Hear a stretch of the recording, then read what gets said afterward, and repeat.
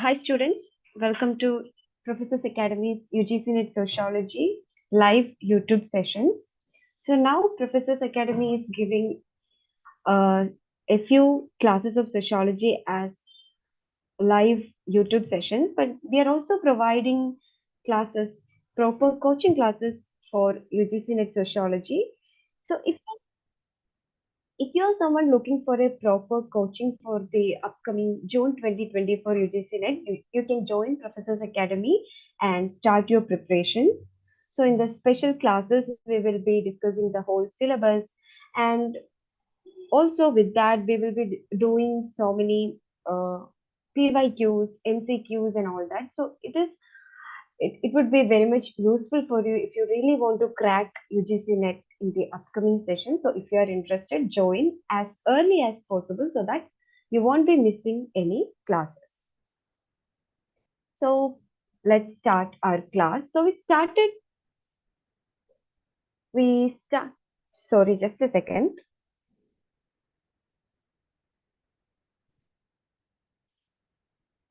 Yeah, I hope my screen is visible. So we started our YouTube sessions yesterday, and we started with the first unit of the current net sociology syllabus, which is sociological theory, and we started with the first part of the syllabus, which is classical sociological traditions.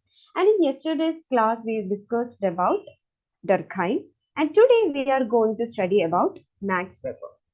So, like Durkheim and Karl Marx, Max Weber was one of the pioneers of the discipline of sociology, and he was one of the early founders of the interpretivist approach. This term is very important related to Max Weber. He was one of the early founders of the interpretivist approach. So, like Durkheim, Weber also addressed the problems of scope and nature of the discipline, and he also established the first department of sociology in Germany. So, Weber established the first department of sociology in Germany, and he started a new approach to study the society, which later came to be known as the interpretative approach. So he started a new approach to study the society, which is interpretative approach. That is Weber's approach, interpretative approach. And this interpretative approach put the individual, or the way the individuals think, in the center of analysis of the society. Is it clear? So the interpretative approach put the individual and the way the individuals think in the center of analysis of society. And instead of focusing on society at a bigger level or at a grand level, like Durkheim did, so Durkheim focused on society as a grand level. But on the other hand, here, Weber, his main focus was on micro level or on the individual level, and his complete focus was on individual and the individual's actions. So Weber gave importance to individual and the individual's actions. Then Weber also he also bridged the gap between positivism and idealism. So what does that mean? Bridged the gap between means that until then both positivism and idealism were completely separate, or there was no they were seen as completely two different perspectives or different concepts. But Weber actually brought both of these concepts together. He brought positivism and idealism together. So on one hand, sticking to positivism, he asked researchers to use scientific method in sociology in order to achieve objectivity. But on the other hand, he took ideas from idealists like neo-Kantians, and he developed the scope of sociology as the meaning attached by the actors to their actions. So according to Weber, What was the scope of sociology? He developed the scope of sociology as the meaning attached by the actors to their actions. Here, actors means individuals in a society. So, what is the scope of sociology according to Weber? It is the meaning attached by the actors to their actions. So, he made use of the scientific methods from positivism, and he also used ideas from idealist. Is it clear?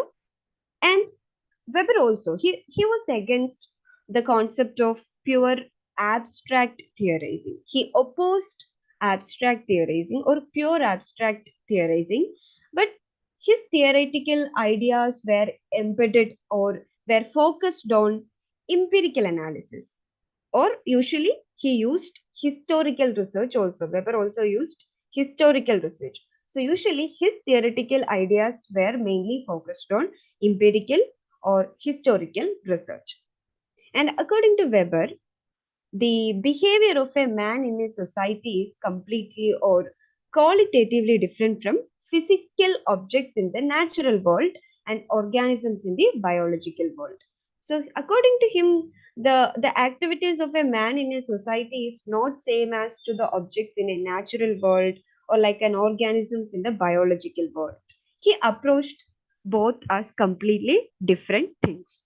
And in his book Methodologies of Social Sciences, and this book was written during the first decade of the 20th century. And in this book, Methodologies of Social Sciences, Weber defined sociology as sociology is a science which attempts interpretivist understanding of social action in order thereby to arrive at an explanation of its cause and effect. So this is the definition given by Weber to sociology in his book Methodologies of Social Sciences. Now, social action. It is a major concept of Weber. So we know that Durkheim defined. What did Durkheim define? Durkheim defined the scope of sociology in terms of social facts. Durkheim talked about social facts. But here, Weber used social action and ideal types. Weber used social action and ideal types as the basis of his theoretical framework. So, what were the base of his theoretical framework? Social action and ideal types.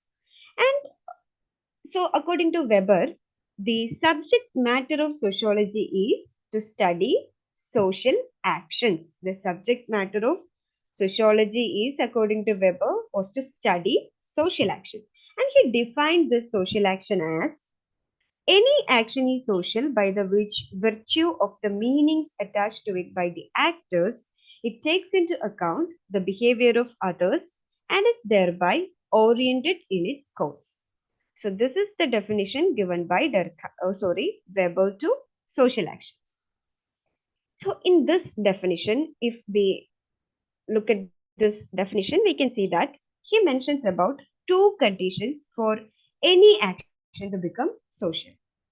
So the first one is if there is some meaning is attached to it by the actor. That is, an action is social if some meaning is attached to it by the actor. That is, the actor or the person who is doing that action must be conscious of his or her action, or he or she must be conscious of what he or she is doing. Is it clear? So the action is social if some meaning is attached to it by the actor. Then only we can consider an action as a social action. So this means that not every action is social. Only if the actor or the person who is doing the action is given any meaning to that action, or they know that they are doing this act, then only we can say that it is a social action. So the another condition mentioned by Weber in this definition is that action is social if it is oriented to some other. If it is oriented to some other, which means we can only consider an action as social action if it is taken in orientation to some other object. Is it clear? If it is, took place in orientation to some other object, then only we can call it as a social action. And that orientation can be physical or mental, which means the other person which the action is oriented towards may or may not be present in a social action. So the orientation can be physical or mental. And uh, so that's the two conditions put forward by Weber for considering actions as social actions. And he also differentiated between action and behavior. Both are different. He differentiated between what is action and what is behavior. So, behavior, what is behavior? Behavior is completely different from action. Both may sound similar, but it is different. Behavior is a biological concept. So, behavior is a biological concept and it is spontaneous in nature with no attachment of meaning. So, that is the definition. Behavior is a biological concept and it is spontaneous in nature with no attachment of meaning. And he also excluded or removed imitative actions and mass conditioned actions from his definition. So these two, imitative action and mass conditioned actions, are another two types of action. But Weber actually removed or excluded these imitative actions and mass conditioned actions from his definition because these two actions are not oriented to some other object and they don't have any conscious meaning attached to them. So Weber didn't actually add these two actions in his explanation of social actions. And according to Weber, the establishment of cause and effect should be the aim of sociology. What would be the aim of sociology according to Weber? The establishment of cause and effect of a social action should be the aim of sociology. And by understanding the meanings attached by the actors to their action, it would help us to establish this cause and effect relationship. If we are able to understand the meanings attached to an action by the person doing it, then we can establish or we can find the cause and effect relationship of that social action. And but how to establish the meanings? How to establish the meanings attached to an action by that actor? So, in order to do this, Weber suggested some methods for it. Like the first one is Verstehen. So, this method literally means comprehending or understanding at the level of the actor. So, Verstehen literally means comprehending or understanding at the level of the actor. And it is one of the tools for interpretative understanding. It is a very important tool, Verstehen. It is one of the tools for use for interpretative understanding. And this method was we can call it as a cornerstone of the interpretive sociology. And most of the Weber's work uh, is based on the foundations of this method of Verstehen. So this Verstehen method, it involves the comprehension of the meaning of the action by using simple steps of investigation. And those simple steps include these few things mentioned here. The first one is the investigator should reconstruct the situational choices and constraints of the actor. So this reconstruction of the situational choices and constraints of the actor, it involves developing the description of an actor by using secondary resources. The researcher can use secondary resources to develop an idea about the actor, and the investigator should reconstruct the situational choices and constraints or the situation of the actor. Then only they can understand which meaning the actor gave to that particular social action. So the next step is the investigator should be at the same wavelength as that of the actor. So this involves developing communication abilities. So this would help the investigator to effectively interact with the actor. So developing communication abilities is very important. For example, like the medium of instruction and or mode of instruction. So things like this should be taken into account or should be considered by using this method. The next step is the investigator should not have any sympathy with the actor of the situation. That is, there should be indifference and the interest should be only confined to the establishment of meanings alone. The investigator should not have any sympathy with the actor or sympathy with the situation. So, this would help in ensuring objectivity in the analysis. Then, other step is finally, the final step is the investigator can enter into a conversation with the actor and they can use primary sources of data collection to establish meanings. So, these are the steps used in Verstehen method. And so, in this way, by using some systematic and scientific approach, Weber maximized the probability of establishing meaning. And he discussed two types of understandings which we can use to decipher the meanings we collected using this method. So, the two types of understanding to decipher the meaning are direct observation understanding and explanatory understanding. So, direct observation understanding means what the investigator observes. That is direct observation understanding. Then the explanatory understanding is which the investigator draws meaning or the investigator gets meanings by explaining the situational constraints and meanings. That is the explanatory understanding. So these are the two types of understanding to decipher the meaning.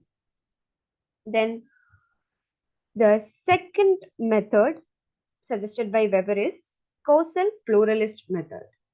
So Weber actually rejected the monocausal explanations. What is monocausal explanation? Mono means singular or single.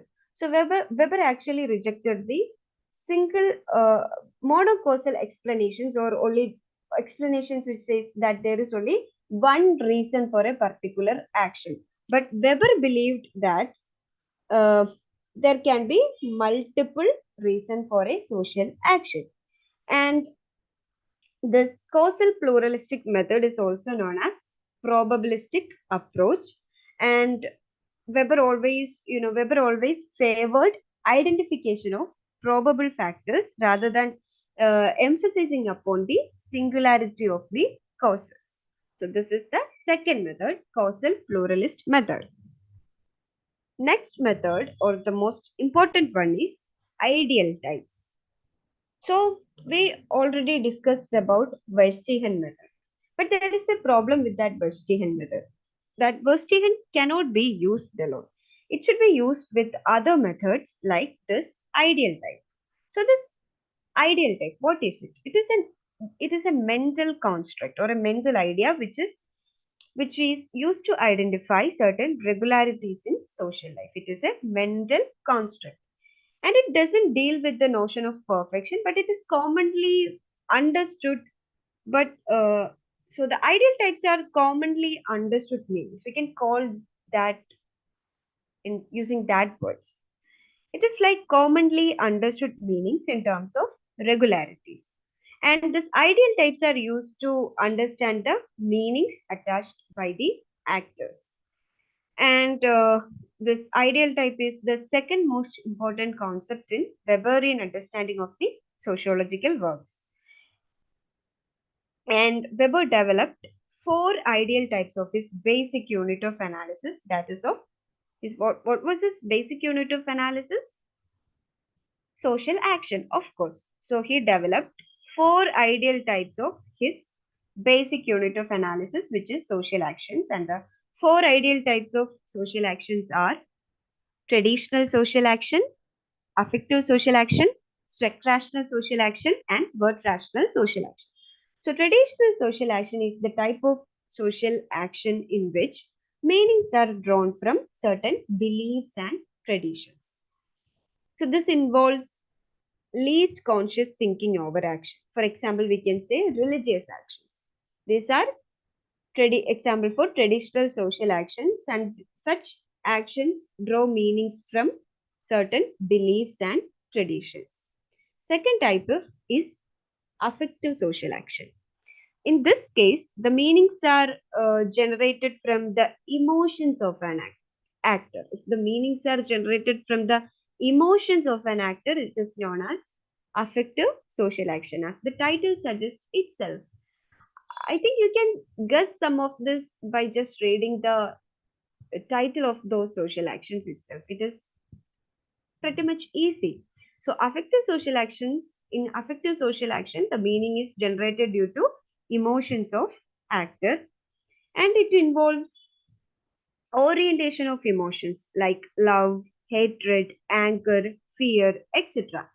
And in this type of social actions, the consciousness or the consciousness of the actor, the consciousness which the actor have is relatively higher than traditional action. And for example, we can say a mother slapping her child out of anger, or any action we do out of our emotions. We can say that as examples for affective social action. The next type is sweat rational social action. So such actions are also called as end or goal rational social actions. End or goal rational social actions. And in this type, action is carried out by taking into consideration the means and goals or ends.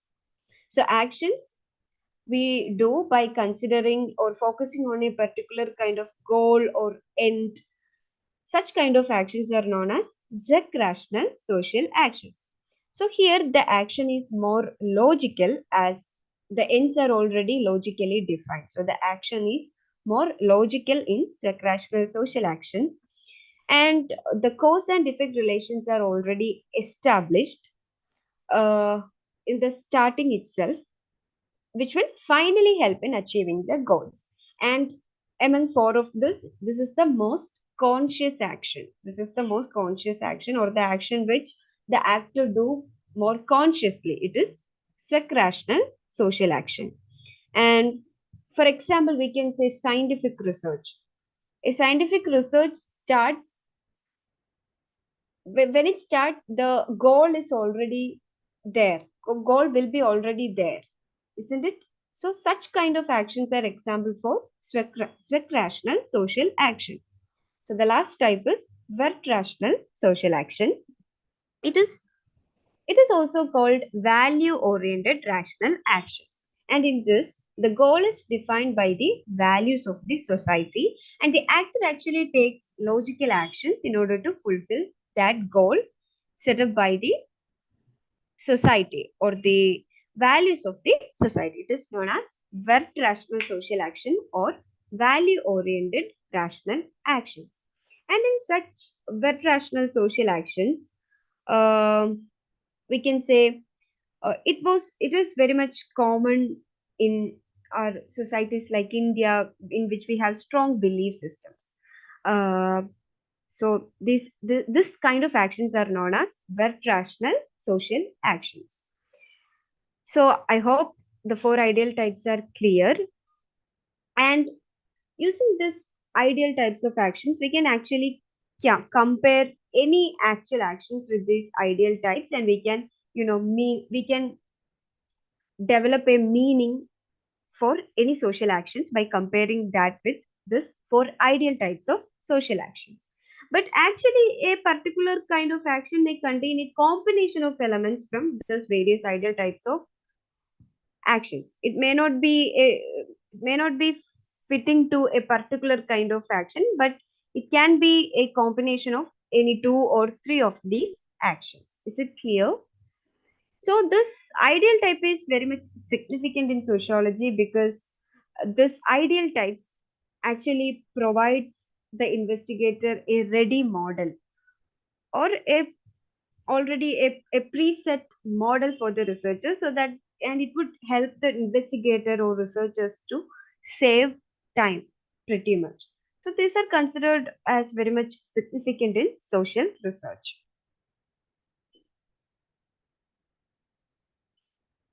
Now we can now discuss about ideal types, more elaborately. So, how this is the definition given by Weber to ideal types. An ideal type is formed by the one-sided accentuation of one or more points of view and by the synthesis of a great many diffuse, discrete, more or less present and occasionally absent concrete individual phenomena which are arranged according to those one-sidedly emphasized viewpoints into a unified analytical construct. And in its conceptual purity, this mental construct cannot be found empirically anywhere in reality. I know this sounds like a very complex definition, but we can break it down. We can discuss it in simple words. So, in Weber's view, ideal type was to be derived inductively from the real world of social history. So, he wanted to derive the ideal types inductively from the real world of social history or from the real world, not deductively or from personal judgments alone. So he actually was again he said actually said that ideal types should be derived inductively from the real world, not from any personal judgments alone. So that is the basic idea of his definition. And according to according to Weber, ideal type is actually is a type of objective methodology. It is a type of objective methodology to study social action. It is a type of objective methodology to study social action. And this concept is not new in sociology. Do you remember about Durkheim we studied yesterday? We can take Durkheim as an example. For example, Durkheim's types of suicides. Those are ideal types of suicide. So this concept of ideal types is not new in sociology. So we can find this kind of ideal types throughout sociology from so many types we can identify. So these ideal types are very much important because they act as a measuring rod. You have to remember that word so that you can get that idea more easily. It is considered, or this ideal types act as a measuring rod for the investigator to understand the actual phenomenon. It is like a scale. Using scale, we can measure anything easily because there are, you know, measures already set there. So, like that, ideal types are also like a measuring rod, and it helps the investigators to understand the actual phenomenon. And they are also considered as heuristic devices because they are useful in doing empirical research and in understanding a specific aspect of the social world. They are considered as heuristic devices. And according to Weber, ideal type is not a reality in itself, but it is a way to express the reality. Ideal types are not a reality, but it is a way to express the reality. And the individual elements may be meaningless, but when combined with other elements, they form the reality. Is it clear? I hope it is clear. So now here, Weber used ideal types extensively. He used ideal types extensively in his works like economic and social organization, the city, sociology of religion, etc. And the ideal types developed by Weber are actually grouped into many categories. Categories like ideal types of historical particulars, ideal types of abstract phenomena in social reality, ideal types of particular behavior, structural ideal types, etc. So, what is ideal types of historical particulars? So, these types of or this ideal types of particular historical phenomena like some ancient city or Protestant ethics and capitalism, etc. So these are ideal types of particular historical phenomena. Another type is ideal types of abstract phenomena in social reality. So this involves developing an abstract phenomena like social action and authority, which can be used to understand a social phenomenon. So that is ideal types of abstract phenomena in social reality. The next type is ideal types of particular behavior.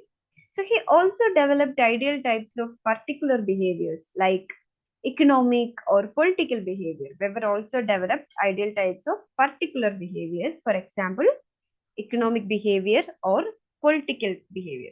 Then there is structural ideal types.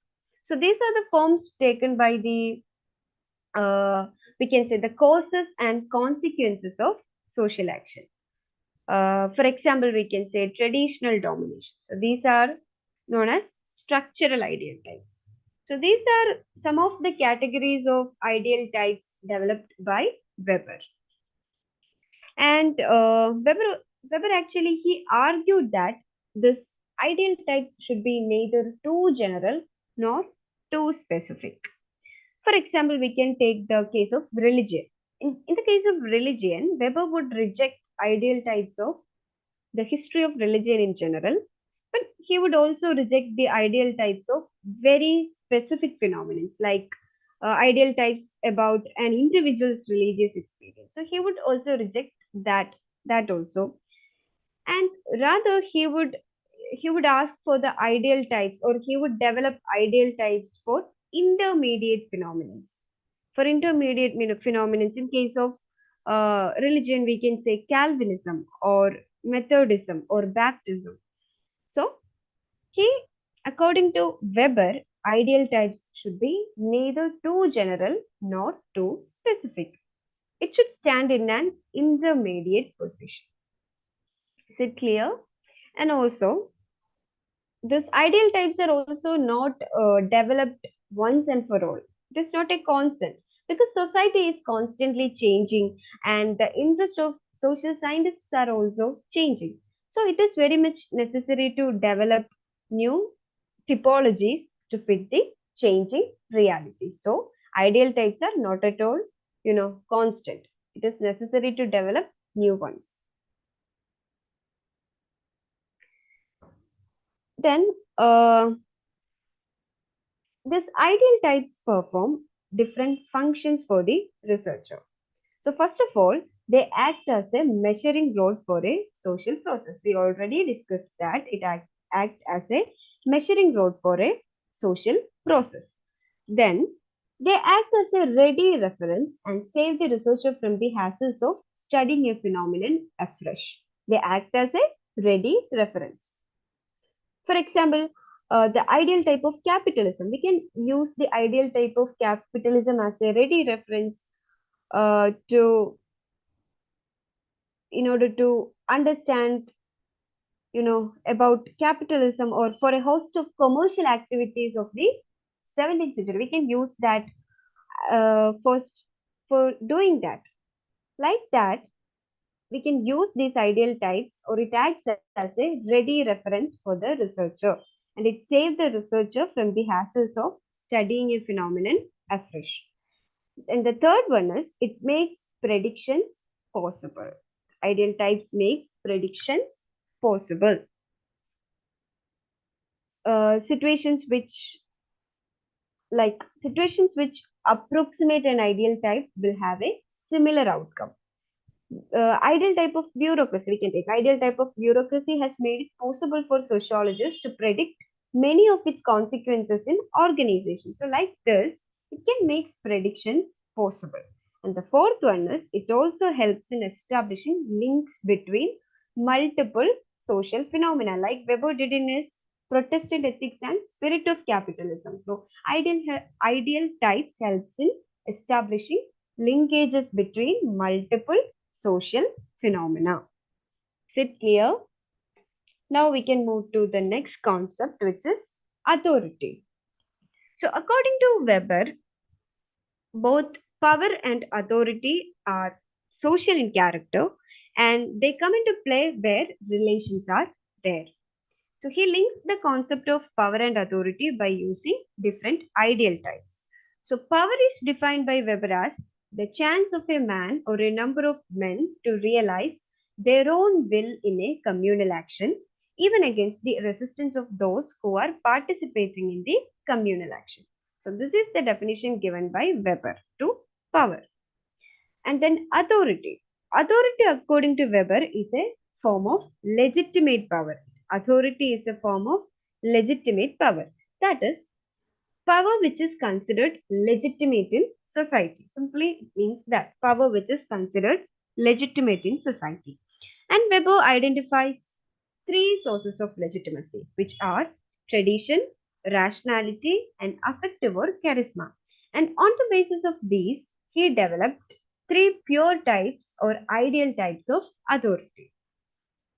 So, like all other concepts or all all of his other concepts, concept of authority is also developed by Weber as an ideal type. And according to him, what the thing which differentiates power from authority is coercion. The thing which differentiates power from authority is coercion, and power has an element of coercion in it. So power is the capability of individuals to influence others irrespective of their will. So the thing which differentiates power from authority is coercion.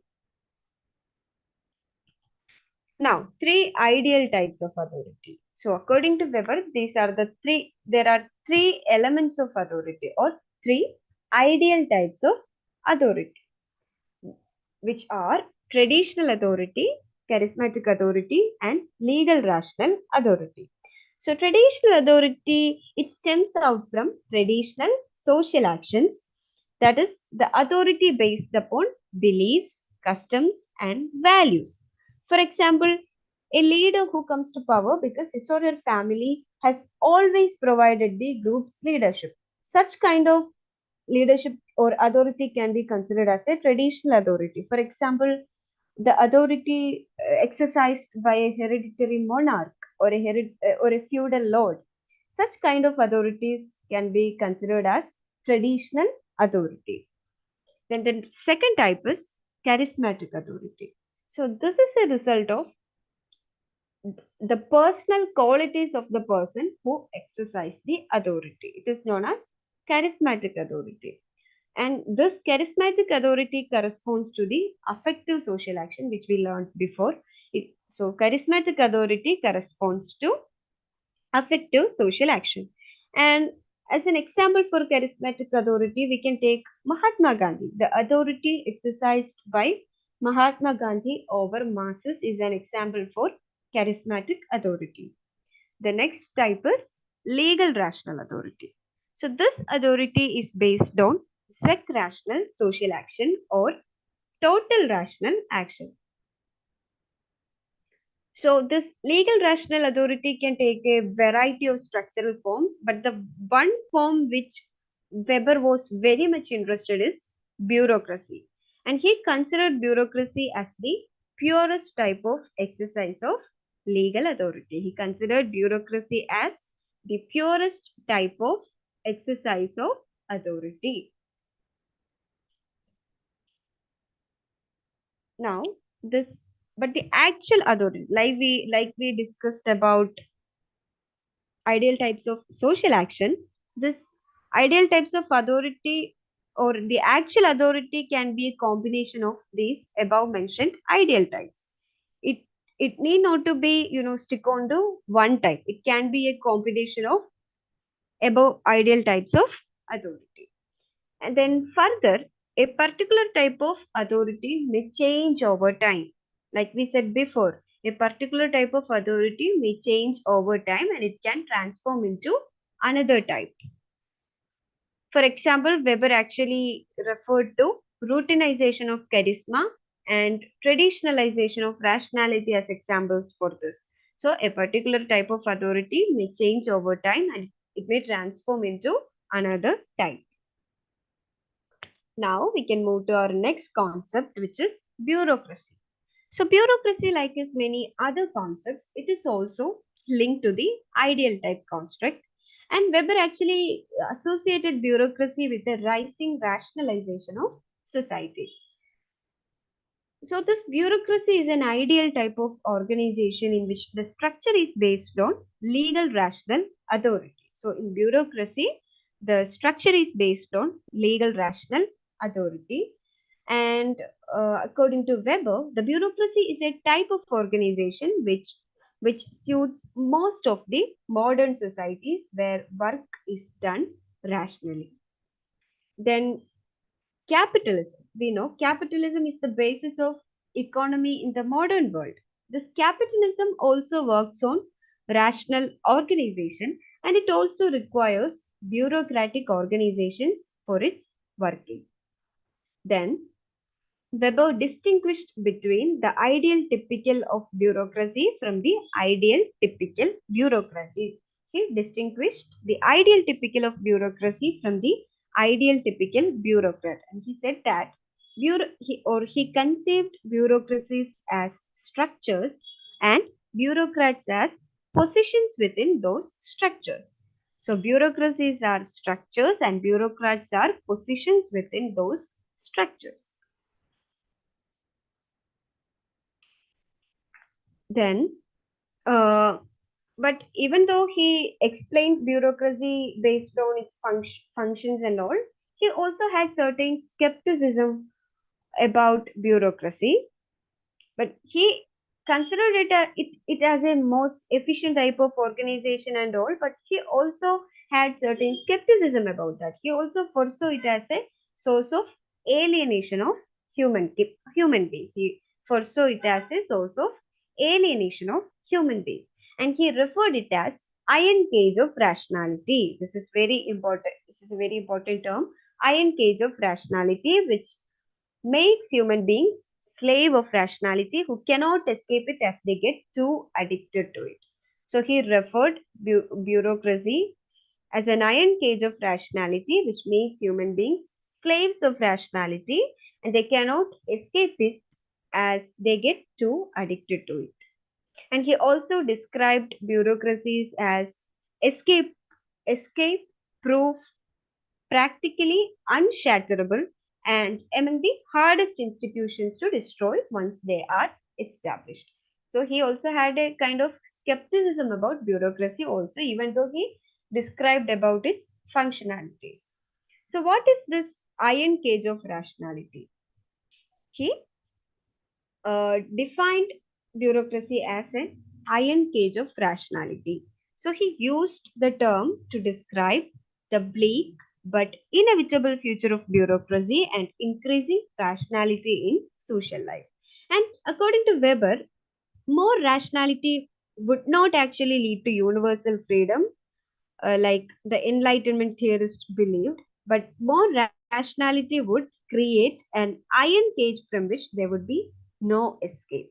So it will reduce the men into mere cogs in the machine as individuals will lose autonomy and individuality. Is it clear? So he used the term to describe the increasing rationality and the future of bureaucracy in social life.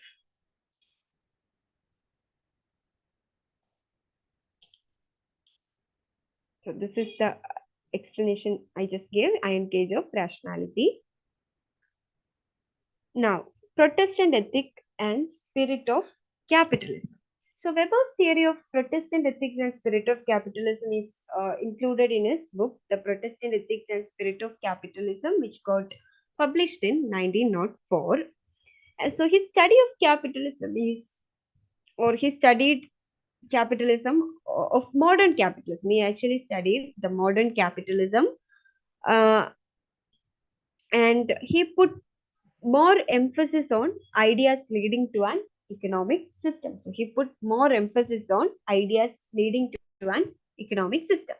And in case of Protestantism, he was concerned with Protestantism mainly as a system of ideas and its impact on the rise of another system of ideas, the spirit of capitalism, and ultimately on a capitalist economic system. So he was mainly focusing on Protestantism as a system of idea and how that system of idea impact over capitalism and how it ultimately influence the capitalist economic system. This was the focus of Weber.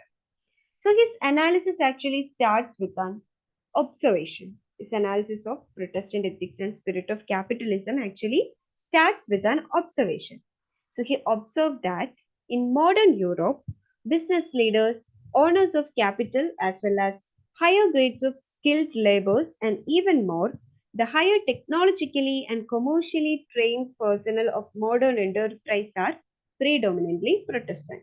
So that was the observation of Weber. When he observed the modern Europe society, he found that the people who are in the higher levels of jobs or higher positions in the society were predominantly Protestants. So further, he observed that it is not only a contemporary fact, but also a historical fact. It is not a new thing, but in the history also, the people who were in the highest positions were used to be Protestants. So the individuals in this statement are considered as the representatives of capitalism in Europe. And in contrast to feudal mode, which was represented by aristocracy, capitalism was represented by the entrepreneurs and skilled persons. So this observation led Weber to, think about that is there any correlation between Protestantism and capitalism? So this his observation led him to think about is there any correlation between Protestantism and capitalism? So that was the starting point of his study. So thus Weber makes an empirical observation based on the existing records, and he started the study of Protestant ethics and spirit of capitalism. And in order to explore the relations or the correlations between these two things, he developed the ideal types of capitalism and the ideal types of Protestant ethics. And he chose Calvinism as the most original form of Protestant ethics for his study. And then later, he made a comparative study to establish causal linkages between the two. And finally, he validated his theory by taking ideal types of other religions also, and then he compared them with the ideal types of capitalism. So, this is how he did his study. Then he concluded that there is an elective affinity between some elements of Protestant ethics and spirit of capitalism, which means there was a coincidence between requirements of capitalism and tenets of Calvinism. That is, working hard and making money both became religious and business ethics.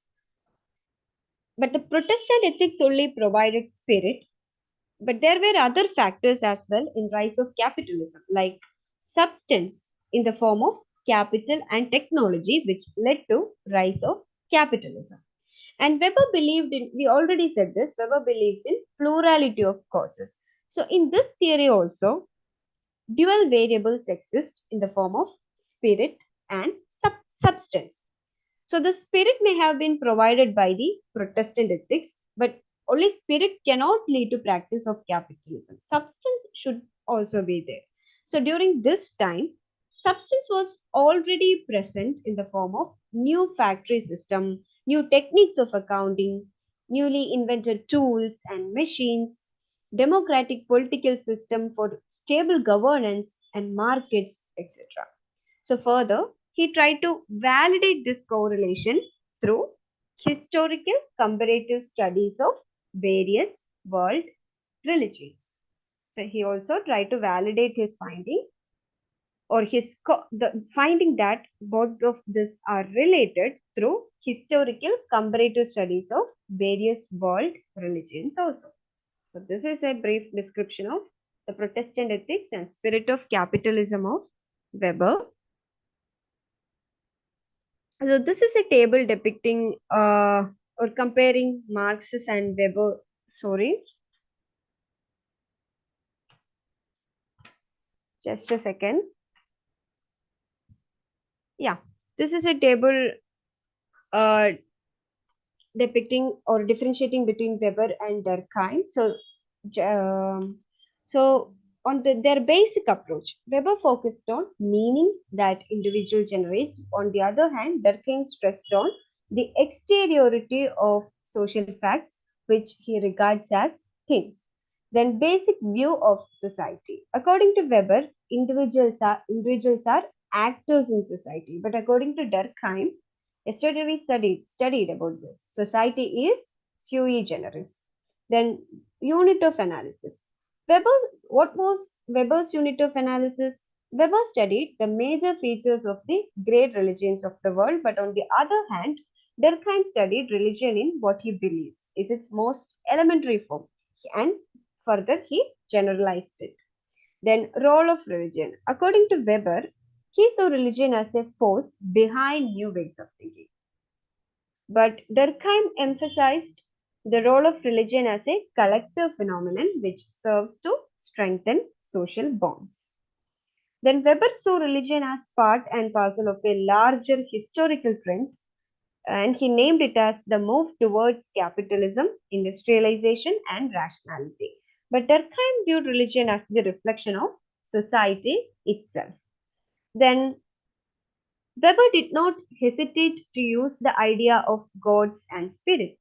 And Weber, unlike Durkheim, he attaches great importance to prophets in propagating religious beliefs. But Durkheim denied that religion is concerned with the mysterious, with gods and spirits, and he called religion as society itself. Then, about science and religion. So, Weber's comparative studies showed that how religions across the world advocate values that differ and are sometimes in opposition to rationality. But science, on the other hand, it is empirical. So, he sees an opposition between science and religion.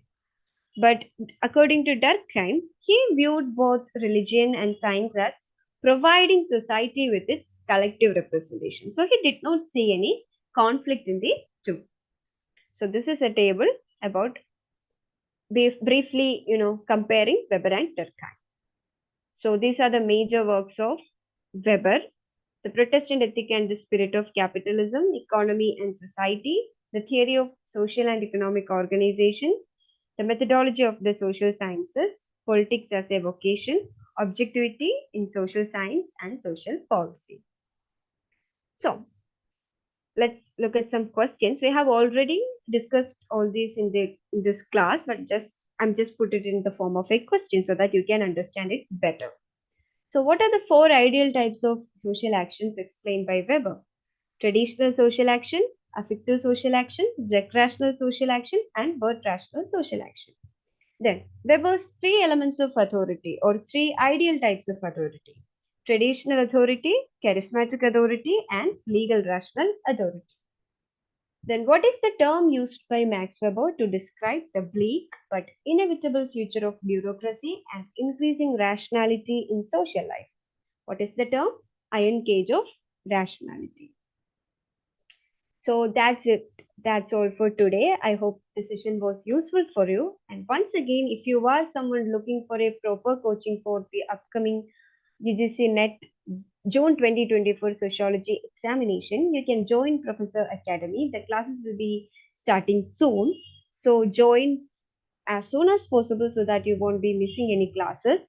So Professor Academy is also providing classes for this subjects which are mentioned here. So for admission related queries and for taking admission, you can contact the numbers given here.